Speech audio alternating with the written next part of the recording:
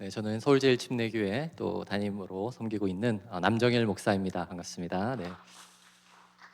네, 저희 교회에서 또 이런 컨퍼런스를 하게 되어서 참 영광스럽게 저도 생각하고 있고, 또 사실 이곳에 계신 분들 대부분 제가 잘 이제 모르는 분들이시긴 한데, 또 교회에 대한 그러한 사랑의 마음, 또 진짜 교회 본질적인 모습과 또 앞으로 이제 교회를 어떻게 정말 주님이 맡겨주신 교회를 이끌어갈까, 그러한 고민 가운데 이 자리에 오신 줄 압니다. 사실 저도 동일하게 그런 고민을 가지고 있는 사람입니다. 저는 작년 8월 1일부터 정확하게 이제 이 교회 담임 목사로 부임을 받았습니다. 그래서 이제 막 사역을 시작한 지 1년이 채 되지 않은 그런 아주 생짜배기 담임 목사라고 할 수 있고요. 이제 그 전까지 저에 대해서 조금만 이제 먼저 설명을 좀 드리면, 제가 한국침례신학대학교 학부를 이제 마치고 미국에서 사우스웨스턴에서 MDB를 이렇게 했습니다. 그런 다음에 이제 부산에 있는 영안침례교회에서 11년 정도 사역을 했고요. 그리고 이제 다시 담임 목회를 준비하는 마음으로 또 사우스웨스턴에 디민 과정이 있는데, 그 디민 과정을 하는 동안 가족이 함께 묵을 수 있는 그런 하우징도 또 비교적 저렴하게 제공이 되기도 하고, 좀 쉬었다 갈 수 있는 시간이 되겠다라는 생각을 했습니다. 제가 그 영안침례교회에서 또 11년 정도 부사역을 하면서 이제 점점 더 좀 지쳐가는 마음들을 가졌던 것이 사실입니다. 그러면서 동시에 또 이런저런 교회에서 사역할 수 있는 기회들이 조금씩 막 생기려고 하는 찰나이기도 했습니다. 근데 아무리 생각해봐도 이제 교회를 정말 담임한다라는 것은 가장 나에게 있어서 영적으로나 체력적으로나 모든 환경적으로 최상의 시간일 때 준비하는 것이 좋겠다, 시작하시는 것이 좋겠다라는 확신을 좀 가지게 되었고, 그래서 어떻게 하면 좀 쉴 수 있을까, 이제 그런 마음을 가지고 있었는데, 또 디민 과정이 3년 과정이니까 그 3년 기간 동안 또 제가 우리 미국을 가봤었던 경험도 있었기 때문에 가족들과 함께 가서 그 시간 정말 좀 많은 쉼과 회복과 또한 은혜의 시간들을 갖고, 또 이제 그런 다음에 한국으로 들어올 때쯤 또 서울제일침례교회가 청빙이 시작되어서 제가 이제 이 교회에 담임으로 부임하게 되었습니다. 제가 이 말씀을 드리는 이유는 특별히 그 지난 작년에 제가 부임을 했지만 그 이전 3년 동안 제가 사우스웨스턴에 있으면서 끊임없이 고민했던 것은 사실은 교회 본질에 대한 고민이었습니다. 많은 교회들에 대한 이야기가 이미 있고, 또 교회에 대한 사역도 경험을 했고, 그러나 환경이 달라졌을 때 과연 어떻게 사역을 할 것인가, 또 여러 가지 성도들이 달라졌을 때 어떻게 목회를 할 것인가, 이제 그러한 고민들을 생각할 때에 정답은 성경밖에 없다라는 생각을 했습니다. 저는 또 침례교 목사이기 때문에 정답은 성경밖에 없다. 그래서 성경의 가장 본질적인 고민을 좀 하면 좋겠다. 이제 그래서 제가 그 디민 논문도 성경적 교회론에 근거한 분립개척 이렇게 사실은 했거든요. 마침 저희 영안교회 출신의 우리 2명의 부사역자가 분당 우리 교회 그 분립개척 29개 교회 중에 2명의 담임 목사로 선정이 되고, 또 그렇게 하는 과정을 보면서 그 당시 한국 교회의 어떤 분립개척에 대한 어떤 이슈가 되면서 그 분립개척도 그냥 하는 게 아니라 성경적 교회론에 근거해서 하는 것이 어떨까, 그러한 측면에서 제가 관심이 있었던 부분은 성경적 교회론이었습니다. 성경적 교회론, 과연 성경적 이 교회론에 대한 접근을 하다 보니까, 그러면 가장 큰 문제가 뭐냐면 이 교회라는 단어에 대한 정의부터 시작을 해야 됩니다. 사실 오늘 제가 보니까 앞에서 강의하신 김동주 목사님께서 이 부분을 좀 빠르게 역사 신학자답게 사실은 많은 것들을 그냥 이렇게 해버리셨어요. 그래서 제가 고민했던 부분들은 가장 중요하게 제가 고민했던 부분들이 바로 그런 부분이기 때문에, 저는 이제 지역교회에 대한 강의를 맡았지만 한편으로는 지역교회 그냥 대충 이렇게 하면 된다가 아니라 성경적 교회론에 근거하여서 지역교회가 도대체 어떤 곳인가, 이제 그러한 고민들을 해왔던 부분들이 있기 때문에 물론 김동주 교수님께서 정말 순식간에 정말 엄청나게 많은 분량을 잘 요약해 주셨지만, 저도 좀 길지 않게 그 부분을 제가 고민했던 부분들을 함께 이 시간 나누면 좋을 것 같아가지고 또 그것을 좀 정리한 부분들을 함께 나누고 진행하도록 하겠습니다. 제가 오늘 강의를 맡으면서 제 스스로 받은 미션은 시간보다 빨리 끝내서 네, 그래서 제가 또 오늘 두 번째 타임에 이렇게 진행하게 되었는데 시간보다 좀 빨리 끝내면 한 15분, 20분이라도 티타임 가질 수 있는 시간에 여유를 줄 수 있겠다라는 생각을 했습니다. 그래서 지금부터 30분 안에 하여튼 모든 강의는 끝낼 수 있도록 그렇게 미리 약속을 좀 드리면서 하도록 하겠습니다. 내용이 좀 많긴 한데 PPT의 내용이 좀 많을 수도 있지만 빨리 넘어가겠습니다. 교회 본질과 실제적 모습. 저는 이제 교회 본질에 대한 고민들 많이 했습니다. 네, 잠깐만요. 네, 이렇게 해서 네, 오케이. 여러분, 제게 좀 특별히 기억나는 한 말이 있는데 명사가 본질을 잃었을 때 형용사가 필요하다. 이런 말을 들어보셨습니까? 과연 교회라는 이 명사가 가져야 될 이미지는 어떤 것일까요? 이제 저는 이 말이 저에게는 인생에 아주 기억에 나는 중요한 얘기인데 그 명사가 본질을 잃었기 때문에 무언가 설명이 필요한 거죠. 그래서 제가 특정 교회를 비하하려는 건 아닙니다. 우리 교회는 사랑이 좀 많으면 좋겠다. 그러면 사랑의 교회. 우리 교회는 소망이 좀 있으면 좋겠다. 소망의 교회. 또 우리 교회는 좀 섬김이 있으면 좋겠다. 그러면 어떠한 교회. 사실 그러한 것처럼 원래 그 명사가 가져야 하는 마땅한 어떠한 그 본질을 잃어버린 순간 필요한 것이 형용사다 이렇게 얘기를 합니다. 저는 오늘날 한국 교회에 왜 이렇게 많은 형용사가 필요할까? 왜 많은 사람들에게 교회를 소개하면서 계속해서 이 형용사적인 것들을 해야지 교회라고 설명이 될까? 그것은 교회가 교회답지 못했기 때문이다라는 확신을 가졌습니다. 그러면 초대교회, 교회라는 단어가 처음 생겼을 때 그때의 교회의 의미는 무엇일까? 그것을 회복하는 것이 가장 중요하다는 생각을 했습니다. 그래서 결국 교회라는 단어는 목사님께서 교수님께서 이미 말씀하셨지만 에클레시아라고 말씀을 하셨는데 그러나 이 에클레시아라는 단어가 예수님이 발명해낸 단어는 아니잖아요. 예수님 시대에 이미 있었던 단어이고 그러한 단어를 과연 초대교회 사람들을 어떻게 이해했을까라는 부분들에 대한 고민을 시작했습니다. 그러고 나서 에클레시아에 대한 연구를 해봤을 때 신약 성경에 에클레시아는 모두 114번이 등장하는데 114번이죠. 나오는데 그중에 3번은 교회가 아닌 세상 사람들의 정치적인 모임, 에베소에 있었던 심지어 그것도 에클레시아라고 하는 거예요. 그러면 이제 교회에 대한 혼동이 있기 시작합니다. 아니, 그 당시에 에클레시아라는 단어를 사용했는데 그런데 이방인들의 모임을 가지고도 에클레시아라고 했구나. 그렇다면 이 에클레시아가 가진 원래 의미는 무엇일까? 사실 이 에클레시아라는 단어가 처음 지금까지 역사상 발견되어진 것은 주전 4세기경의 그리스의 민주적인 모임을 의미하는 단어였습니다. 그리스의 민주정치는 특별히 아테네에서 남자들이 여성들은 모일 수 없는 모임이었습니다. 남자들이 그 일상에 주어지는 여러 가지 어떠한 문제들을 함께 모여서 토의하고 법령을 통과시키고 이제 그것을 이루기 위해서 함께 모이는 것이 에클레시아였습니다. 그러니까 이것은 오늘날 얘기하면 굉장히 정치적인 어떠한 단어로 사용되었다고 할 수 있는 것이죠. 오늘날 우리도 민주정치의 기원을 그리스 아테네 이렇게 보는 것처럼 그 민주주의의 어떤 기원이 그 에클레시아의 중요한 한 단어 중에 하나인 것이죠. 또 다른 한 단어가 데모스라는 어떠한 또 다른 모임도 있지만 이 에클레시아는 특별히 선택받은 사람들이 이렇게 부름 가운데에 모이는 그러한 의미를 의미합니다. 그런데 이 주전 4세기에 이러한 의미를 가지고 있던 단어가 로마 시대에 오면서 그 의미가 사라지기 시작했습니다. 왜냐하면 로마 시대에는 다수의 민중이 참여하는 이 그리스식 민주주의가 아니라 소수의 부유층이 참여하는 이게 로마 귀족 정치라고 하는데 그 로마 귀족 정치에서 모든 것이 통치되다 보니까 이제 그런 민주적인 정치가 사라지기 시작한 거예요. 그래서 사람들의 머릿속에는 에클레시아는 이제 거의 사라졌습니다. 그런데 아테네 그리고 또 거기서 배로 이렇게 바로 갈 수 있는 에베소 지역에서 에클레시아라는 단어가 성경에 3번이지만 한 곳에서 사용된 것을 볼 때 그 지역은 여전히 에클레시아라는 단어를 정치적인 모임으로 사용하고 있었구나 이렇게 알 수 있습니다. 자, 그렇다면 이러한 정치적인 이슈가 있을 만한 이 단어를 예수님께서 왜 교회를 세우리니 할 때 말씀을 하셨을까입니다. 저의 궁금증은 여기서 시작했습니다. 예수님께서 왜 이 단어를 선택하셨지?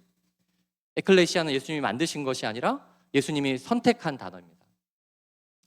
물론 예수님께서 딱 2번 마태복음 16장 18절 부분과 그 다음에 18장 17절 이제 그 부분에서 2번 언급하셨지만 예수님께서 또 그 말씀을 언급하셨기 때문에 마태는 그것을 기억하여서 나중에 교회 공동체가 생겨졌을 때에 그 교회의 이름을 에클레시아로 확정하는 데 있어서 가장 중요한 영향력을 준 것은 예수님의 선언이라고 저는 확신하고 있습니다. 그래서 그러면 예수님이 왜 이 에클레시아를 선택하셨을까?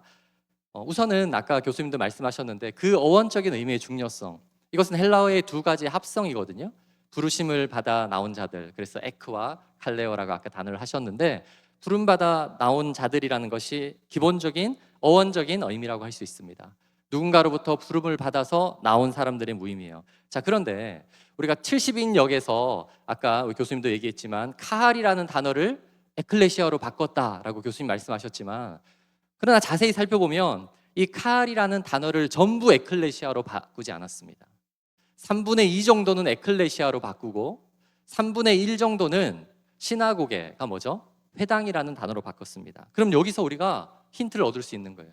자, 70인역은 BC 3세기경에 이미 번역이 되었어요. BC 3세기경에는 에클레시아가 그 지역에서 아주 잘 알려진 어떤 이름이었고, 그리고 이 에클레시아를 70인역으로 번역한 유대인 학자들에 의해서 또 구약 성경을 보고 있는 예수님 시대의 사람들은 에클레시아가 익숙한 거죠.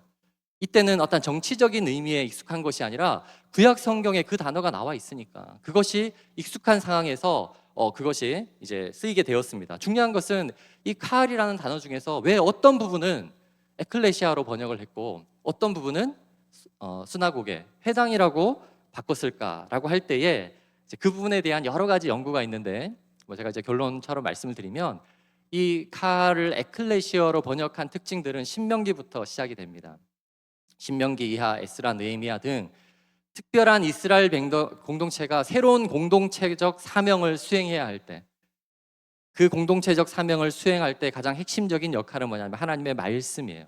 시내산에 등장하는 부분에서 집중적으로 쓰이고 있는데, 그때 하나님께서 주시는 그 말씀에 따라 새로운 공동체를 향해서 새로운 사명을 주실 때에 하나님이 그 부르시는 그러한 장면들을 에클레시아라고 하는 거예요. 그러니까 여기서 우리가 얻을 수 있는 것이, 제가 얻을 수 있는 결론이 뭐였냐면, 또 에다라는 단어가 아까 또 하나님 백성이라는 어떤 공동체를 사실은 우리 히브리어에는 두 가지가 있습니다. 하나님 백성의 공동체, 그 공동체는 카할만 있는 것이 아니라 에다라는 단어도 있습니다. 자, 그런데 카할은 3분의 2는 에클레시아로 번역하고 3분의 1은 수나고게로 했어요. 자, 에다는 100% 전부 다 수나고게, 해당으로 번역했습니다. 자, 이것을 통해서도 이 둘의 차이점을 알 수 있는데, 카할이라는 것은 하나님의 부르신 가운데 주어진 사명을 우리가 결단하려고 할 때 쓰는 단어였고, 요 에다라는 단어는 그냥 출생에 의해서 가입할 수 있는, 사실 이 에다라는 단어의 의미 중에 만남이라는 의미가 중요한데, 그냥 태어나면서 함께 모이는 모임인 거예요. 자, 그렇다면 예수님께서 이 나의 데모하는 그룹들을 세우리니라고 말씀하지 않으셨고, 그 당시에 이미 많은 사람들이 사용하고 있던 나의 수나고게를 세우리니 이렇게 말씀하지 않으셨습니다. 예수님께서 내 에클레시아를 세우리니. 자, 그렇다면 이 에클레시아라는 의미는 구약 성경에 나와 있는 이 내용으로 볼 때에 공동체들의 구성원들이 자신의 의견을 함께 모으고 민주적인 방식으로 결정하기 위한 모임이 아니라, 비록 이 단어가 정치적인 민주 방식에 의해서 생겨났지만 그러한 것에 의한 모임이 아니라 하나님께서 공동체에게 말씀하신 것을 함께 순종하겠다는 어떤 결의의 모임이다 라는 이제 이 사실이 저에게는 굉장히 중요했습니다. 교회는 그런 곳이구나. 교회는 하나님의 부르심이 있는 곳이구나. 그리고 그것은 우리가 함께 모여서 좋은 의견을 내가지고 자, 이것이 최고의 의견이다, 민주적인 방식으로 다수결 투표해서 우리가 이 결정을 하자, 이렇게 하는 것도 아니고, 하나님 백성을 향해서 하나님의 말씀이 선포되어질 때에 새로운 비전과 새로운 도전과 새로운 사역을 향해서 그 모인 자들이 저희가 만장일치로 그것을 따르겠습니다 라고 할 때에 사용되는 단어가 에클레시아구나라고 이제 저는 그 연구 가운데 좀 확신을 하게 되었습니다. 그래서 사실 제가 교회를 정의할 때 교회는 소명과 사명의 공동체라고 이렇게 정의를 합니다. 하나님의 부르심이 있어야지 시작될 수 있는 것입니다. 하나님 부르심이 있을 때에 시작될 수 있고, 또한 그 부르심에서 끝나는 것이 아니라 무언가 하나님이 주시는 사명을 이루어야 하는 것이 교회의 아주 중요한 어원적인 본질적인 의미구나라는 것이죠. 그래서 마틴 로이드 존스 목사님이 단순히 세상으로부터 분리되기 위한 부르심이 아닌 그들이 속한 사회를 위해서 특별한 기능과 목적을 가진 하나님 부르심의 공동체, 이것이 이제 교회의 소명과 사명의 공동체로 정의할 수 있겠습니다. 제가 지금까지 강의한 내용은 사실 그 강의 안에 들어간 내용은 아니에요. 앞으로 할 내용들은 이제 강의 안에 있는 내용들이 있으니까 뭐 강의 안에 있는 내용들을 제가 그냥 쭉 서술형으로 나열해 봤으니까 가져가셔서 나중에 읽으시면 되고, 이 전까지의 내용은 그냥 혹시나 해서 제가 오늘 새벽에 사실은 이렇게 좀 타이핑을 했어요. 근데 한편으로는 교수님이 이런 강의를 하실지, 저도 교수님 강의를 오늘 아침에 받았기 때문에 깜짝 놀랐는데 혹시라도 내가 잘못하면 어떡하나 이런 생각을 했는데, 교수님 강의를 들으면서 한 번 더 그냥 대략적으로 또 이제 이렇게 요약할 수 있는 시간으로 지금 이렇게 받으시면 좋겠습니다. 자, 그러면 교회의 본질에 대한 부분들을 제가 좀 말씀을 드렸고요. 실제적인 어떠한 모습에 대한 부분들도 성경에 대해서 성경을 통해서 좀 얻기를 원합니다. 많은 이제 우리가 교회 본질에 대한 조금의 고민이 시작되고 나면 아까 교수님께서 설명해 주셨던 역사적인 부분들, 원적인 부분들, 성경의 뭐 구약부터 신약, 미래적인 의미의 어떠한 그 완성될 하나님 나라의 어떠한 교회적인 부분들까지 생각하면 교회는 절대로 사사로운 곳이 아니라는 것을 알게 됩니다. 그리고 우리가 오늘날 교회를 어떻게든 성공적으로 이끌기 위해서 이 방법도 한번 써보고 저 방법도 한번 써보고 그럴 수 없다는 사실을 알게 됩니다. 제가 이렇게 한번 나열을 해봤는데요. 성공적인 교회론과 성경적 교회론, 제 논문에서 한 타입이었는데, 성공적으로 그냥 교회를 세운다라고 하면 더 많이 모을 수만 있으면 되잖아요. 더 편리성 있게 제공하면 되잖아요. 더 매력적인 모습을 갖추면 뭐 성공할 수 있는 것 같이 보입니다. 그러나 그것이 과연 성경적인 교회인가에 대한 부분은 우리가 분명히 고민을 해야 된다는 거죠. 코로나가 끝나고 나서 저희 부사역자들이 한번 이제 코로나에 대한 대응 방안들을 막 논의한 적이 있어요. 그러면서 여러 가지 이제 온라인 예배도 만들고, 제가 있었던 그 부산 영안침례교회는 한 2,000명 정도의 성도가 출석하는 교회였는데 뭐 온라인 예배 만들고 막 다음 세대 막 사역 만들고 막 그러면서 여러 가지 회의를 하면서 우리끼리 이렇게 있을 때 참 우스갯소리로 어떤 한 목사님이 갑자기 그런 얘기를 하는 거예요. 머지않아 이런 교회가 생기지 않을까요? 라고 하면서 이제 한 성도가 예배당을 향해서 걸어옵니다. 자, 그런데 이 예배당을 향해서 딱 걸어오는데 갑자기 전자 측정기가 이렇게 쫙 측정을 하는 거예요. 그러면서 그 사람의 심리 상태를 다 파악을 합니다. 이 사람이 지금 불안 지수가 높은 사람이구나. 딱 체크가 되고 나면 이 사람을 이제 A, B, C, D 예배당 중에 A 예배실로 이 사람을 인도합니다. 자, A 예배실로 가면 아주 은혜로운 찬양, 위로의 찬양, 평안의 찬양곡이 이렇게 은은하게 전주를 울리고, 그리고 그 예배당, 그 교회 안에 사역자 중에 가장 감미로운 목소리로 노래하는 찬양 대원이 이렇게 찬양을 합니다. 그런 다음에 설교는 지금까지 역사상 나왔던 그 모든 설교 중에서 가장 불안할 때 많은 사람들이 클릭해가지고 은혜를 받았다라고 증명이 되어진 뭐뭐뭐 목사님의 평안을 너에게 주노라 라는 설교가 이제 나옵니다. 그러면 그 설교를 듣고 나서 내 마음이 은혜를 받았어 라고 하면서 나오면서 적당히 헌금을 하고 돌아가는 것, 이런 교회가 있지 않을까. 이제 그 얘기를 할 때 어떤 사람이 우리 그거 빨리 만들자. 우리 예배실 몇 개 해가지고 각각 할 수 있게 하자. 네. 그래서 왔을 때의 어떤 사업에 실패했던 사람들을 위한 예배당, 그리고 뭔가 내가 도전적으로 뭔가를 해야 된다 그러면 도전적인 예배당, 그리고 또 뭔가 아니야 실패 도전 말고 화평, 또 뭐랄까 서로 관계적인 어려움이 필요하다 그럼 관계적인 어떠한 그 모임을 형성할 수 있는 그런 것을 만들자. 그런데 여러분, 만약에 이렇게 하는 것이 정말 교회라고 할 수 있을까요?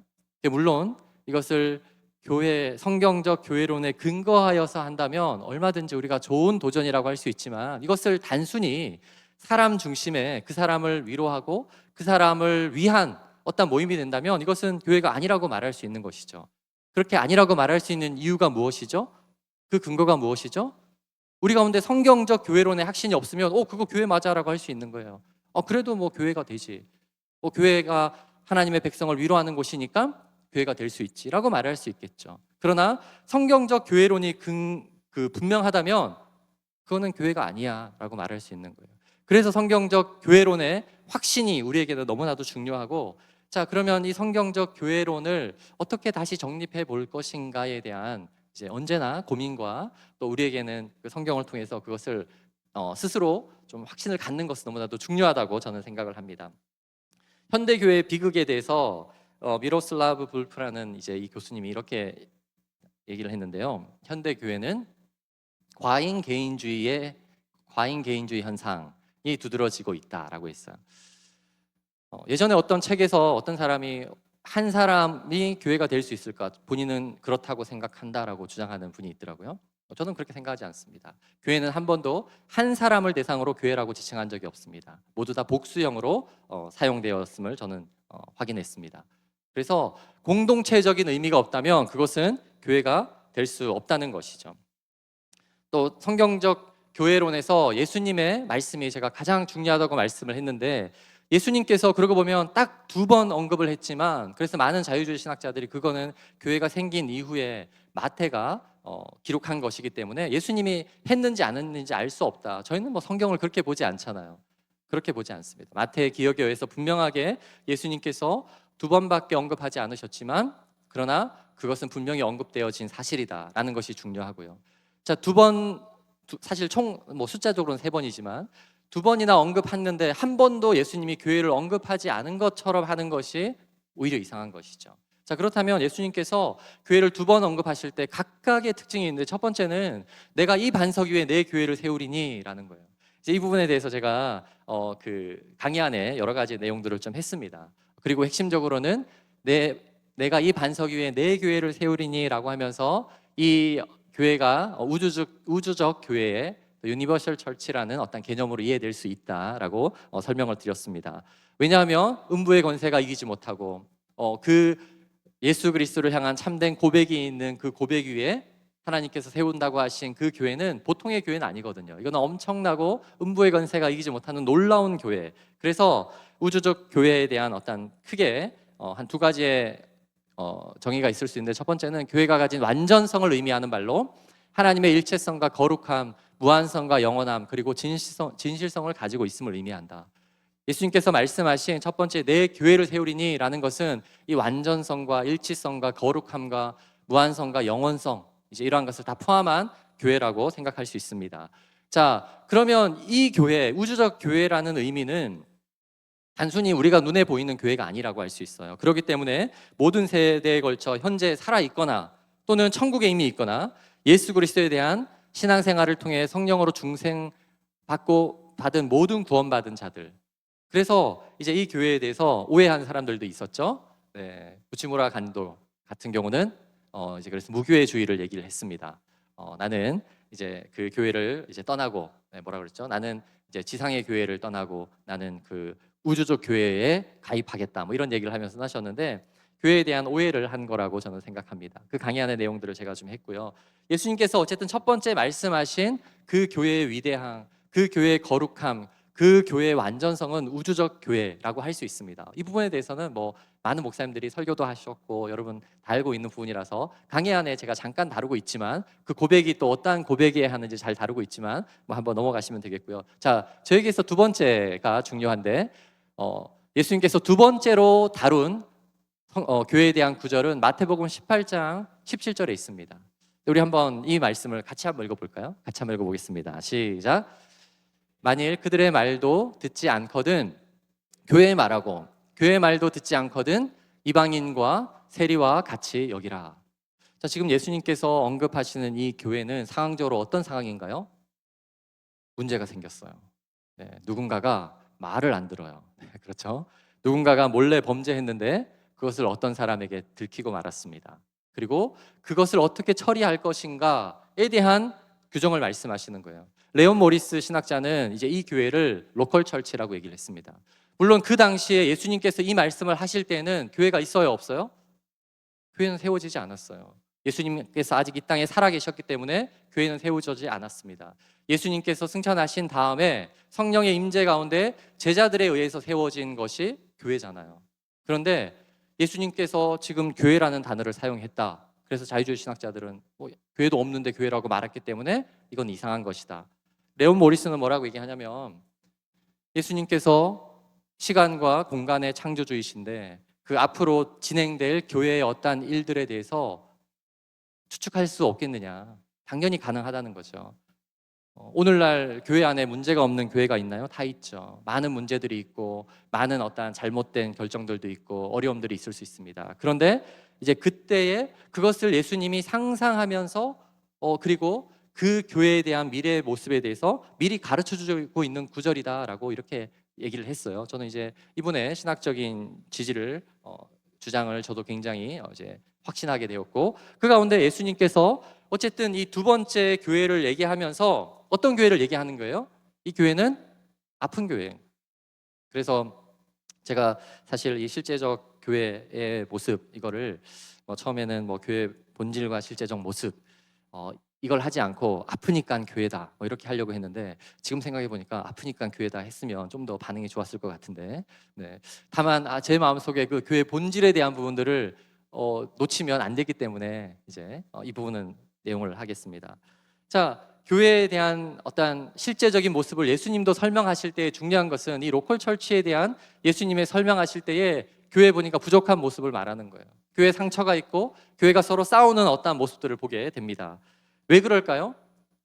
교회를 세운 제자들, 아니 제자들에 의해서 세워졌지만 교회를 세우시는 분은 예수 그리스도시죠. 그런데 부족한 제자들로부터 시작된 공동체, 부족한 제자들부터 시작된 공동체였고, 실패한 제자들로부터 다시 시작된 공동체였고, 그리고 죄인들이 함께 모인 연약한 공동체. 오늘날도 마찬가지죠.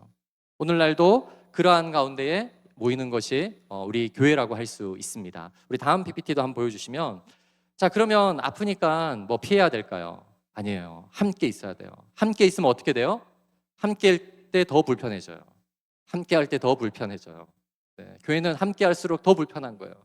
자, 모르는 사람들과의 친밀감을 가져야 됩니다. 세속적 가르침이 아닌 성경적 가르침을 제공해야 됩니다. 그리고 예수님께서 지금 말씀하신 것처럼 예수님께서 가르치신 것은 지금 권징에 대한 이야기거든요. 처음에 한 사람이 가서 권면하고 그 다음엔 두세 사람, 이 두세 사람을 신학자들이 교회 지도자들이라고 얘기를 합니다. 성경적 가르침으로 가르치고, 그 다음에 그것도 듣지 않으면 뭐라고 해요? 교회 이름으로 쫓아내라 라고 얘기를 하는 거예요. 참된 회개와 용서로서의 초대. 자, 오늘날 만약에 이런 권징과 치리를 한다라고 할 때에 과연 성도들이 여기만 교회냐 하면서 어디로 갈까요? 네, 옆에 이제 교회를 가는 거예요. 그럼에도 불구하고 우리는 실제적인 이 로컬 철치에서 이 문제는 배제할 수 없는 문제인 것 같아요. 제가 작년에 이제 부임을 했습니다. 부임을 하고 아주 정말 사실 우리 교회가 분위기가 좀 안 좋은 교회였습니다. 네. 30년 전에 가장 이 교회가 부흥기였고, 또 이 지역에서 이렇게 사실은 지하 2층부터 지상 8층까지 있는 건물인데, 이 예배당이 꽉 차고 다음 세대가 꽉 차는 어떤 그러한 교회였었습니다. 이제 그 부흥기가 있으면 세태기가 있잖아요. 이제 그 이후에 약 20년간 성도의 숫자가 반으로 줄었습니다. 그리고 그 이후에 제가 세 번째 이제 부임을 했는데, 그래도 좀 뭔가 새롭게 한번 해보자라고 하면서 열심히 신방하고 열심히 그렇게 하면서 올해의 어떠한 우리 사역의 비전, 사역의 목표를 월시핑 갓, 하나님을 예배하면서 우리가 하나 됩시다라고 했습니다. 그 예배위원회가 있거든요. 저희 교회도 7개 위원회가 있는데, 그 중에 올해 사역에서 가장 중요한 위원회가 어디죠? 예배위원회예요. 그 예배위원회의 첫 모임에서, 신년 첫 모임에서 한 부장님이 위원장님을 욕해버렸습니다. 네. 그 위원장님은 심지어 여자분이셨어요. 완전히 끝나버린 거예요. 저는 그 소식을 듣고 야, 끝났다 이런 생각했어요. 이제 우리 예배를 통해서 뭔가 화합되고 해야 되는데 지금 뭐 그런 일이 일어나면서 예배위원장님도 떠나시고 부장님도 떠나시겠다. 제가 이제 그런 생각을 했습니다. 그런데 놀라운 거는 지난 20년 동안 그 두 분이 뭐 그런 일이 있거나 그런 적도 없었어요. 근데 하필 그날 그런 일들이, 불미스러운 일이 일어난 거죠.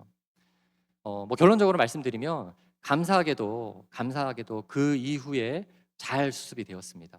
보통 이제 두 사람이 대놓고, 그런 교회 안에서 대놓고 서로를 욕하고 이렇게 하면 최소 둘 중에 한 명은 떠나잖아요. 그렇죠? 대부분의 경우, 저도 예전에 경험했지만 대부분의 경우 둘 다 떠나요. 둘 다 갑니다. 혼자 있어도 미안하거든요. 그렇죠? 저 사람도 떠나갔지만 또 떠나간 것이 자기 때문인 것 같고 불편해서 떠나갈 수밖에 없어요. 그래서 둘 다 떠나는 경우가 대부분이고, 잘하면 한 명이 남는데 너무나도 감사하게 두 분이 다 어쨌든 있었습니다. 제가 이제 뭐 감사하게 있었던 얘기를 말하는 게 아니라 그런 상처를 주고 그런 어떠한 정말 아픔이 있는 거예요. 그럴 때에 이걸 어떻게 처리할 것인가, 징계위원회를 열어야 되는 것인가 해서 뭐 여러 절차들이 있었죠. 굉장히 기도하면서 이제 그러나 제가 분명하게 지키고자 했던 것은 이 절차적인 부분들을 지키고자 했었습니다. 예수님의 가르침이 이러기 때문에. 그리고 감사하게도 처음에 그것을 또 했던 분이 이 겉면들을 잘 받아들여서 저희가 가이드하는 대로 그대로 용서의 절차를 구하고 그대로 이 수순을 하면서 결국은 두 분 다 지금 예배를 드리세요. 네. 그러한 일들을 통해서 교회를 가면 정말 이 분란과 싸우고 이런 일들은 비일비재하구나라는 것을 알 수 있었습니다. 함께 할 때 더 불편한 그러한 교회가 될 수밖에 없습니다. 자, 그래서 제가 그 D.A. 칼슨 목사님이 Love in Hard Place라는 이제 이 교회를 지칭하는 것에서 이런 얘기를 했어요. 교회는 자연스러운 원수들로 구성된다. 그들은 예수님으로 인하여 서로 사랑하는 자연스러운 원수들의 모임이다. 네, 이 말을 너무나도 지금도 좋아하고 있습니다. 자연스러운 원수예요. 자연스러운 원수예요. 자, 그럼에도 불구하고 우리는 계속해서 교회로 모여야 하는가? 네, 교회니까 아프다라고 이해해야 합니다. 완전한 교회는 없어요. 그 아픔을 서로 그냥 적당히 해결하고 또 규모가 커지면 그 적당히 해결할 수 있는 장소를 찾아서 사람들이 가지만 그러면 결국 그 안에서는 참된 교회의 본질, 예수님이 지금 말씀하신 이런 로컬 철치에 일어나는 일들, 예수님의 가르침의 절차는 필요 없는 일들도 가르침 필요 없는 교회를 만들 수도 있겠죠. 그러나 예수님께서 말씀하신 그런 절차가 필요한 것은 그만큼 분쟁이 있고 논란이 있다는 거예요. 이제 그런 측면에서 우리가 아프니까 교회다. 그럼에도 불구하고 삼위일체 하나님의 영광을 나타내는 그러한 교회 공동체가 되어야 되겠다라는 생각을 했습니다. 자, 이제 시간이 얼마 남지 않았는데 제가 생각하는 그리고 제가 확신하는 교회의 본질을 가지고 있는 교회의 모습은 적어도 세 가지를 가지고 있는 교회라고 할 수 있습니다. 김동주 교수님께서 아까 그 교회에 대한 이미지를 여러 가지로 설명하셨어요. 신부, 그 다음에 뭐 몸, 성전, 편지, 향기, 뭐 새 예루살렘, 뭐 도성 이렇게 했지만 신약학자들이 교회에 대한 그 신약 성경에 나와 있는 교회의 이미지를 최소 96개로 봅니다. 정리해서 어떤 신학자가 96개로 정리를 해뒀기 때문에 96개로 얘기를 해요. 그런데 이제 조직신학자들이 있는 이유는 감사하게도 이 96개나 되는 교회의 이미지를 크게 묶어주시잖아요. 그중에 몇몇 신학자들이 제 기억에 에릭슨인 같은데 이 삼위일체의 이미지로서의 교회를 이렇게 정리를 했습니다. 그 96개 이미지를 3개의 그룹으로 묶어봤더니 성부 하나님의 백성, 성자 그리스도의 몸, 그리고 성령의 전이라는 거예요. 이 중에 하나도 빼놓을 수가 없다는 거예요. 자, 그래서 성부 하나님의 백성은 하나님의 백성을 향한 하나님의 지극한 관심과 그 자녀들을 향한 보호와 평안, 그것을 누리는 공동체. 자, 성자 그리스도의 몸은 그리스도의 몸이 강조되어진 에베소스를 보면 군사로서 훈련되어지고 승리를 경험하고 또 더 중요한 것, 몸은 어떻게 해야 돼요? 자라야 됩니다. 성장해야 됩니다. 점점 더 성장하는 교회 공동체. 그리고 성령의 전, 성령의 이끄심에 순종하며 열방을 향한 거룩한 사명을 수행하는, 여기서 거룩한 사명이 중요한데 여러분, 이 성령이라는 이 단어, Holy Spirit, 거룩한 영이라는 이 단어가 구약에는 딱 2번밖에 사용되지 않았어요. 사실은 이 하나님에 대한 거룩한 영이라는 표현은 신약에 나오는 하나님에 대한 어떤 이름입니다. 구약에는 딱 2번, 시편인가요? 거기밖에 나오지 않습니다. 하나님의 영을 거룩한 영, 그것은 그 성령께서 우리를 거룩하게 하는 주체자가 되시기 때문입니다. 또한 성령이 우리에게 임하시면 우리에게 어떤 일도 일어나죠? 권능을 받고 예루살렘과 유대와 사마리아와 온 땅 끝까지 내 증인이 되리라. 거룩한 주님의 증인이 되는 사역. 그래서 제가 사실은 이 3가지를 요약할 때 지역교회의 소망일, 또 저희 교회의 소망이기도 한데 하나님을 기뻐하는 예배 공동체, 하나님 아버지를 찬양하는 예배 공동체, 그리스도의 가르침을 따르는 훈련 공동체, 성령과 동행하는 전도 공동체, 이것을 이제 러빙 갓으로 했습니다. 네, 이제 끝났나요? 네, 이러한 목표 가운데에 지금까지 저는 로컬 철치를 이끌고 있습니다. 네, 아직까지 갈 길이 멀고 올해는 월시핑 갓, 네, 하나님을 예배하는 예배 공동체로서 우리가 또 이 목표를 가지고 있고, 내년에는 노인 갓, 그래서 우리 사복음서에 있는 말씀을 통해서 정말 하나님께서 또 우리를 어떻게 성장시켜 나갈지, 하나님을 아는 것만큼 우리가 더 자라가기를 소망하는 교회를 꿈꾸고 있고, 그 다음 해는 이제 러빙 갓 해서 우리가 정말 전도도 하고 선교도 하고 이제 그러한 교회를 목표하고 있습니다. 네, 오늘 제가 이 정도로 말씀을 드리고요. 또 아무쪼록 이 컨퍼런스를 통해서 유익한 그런 시간 되시기를 바랍니다. 감사합니다.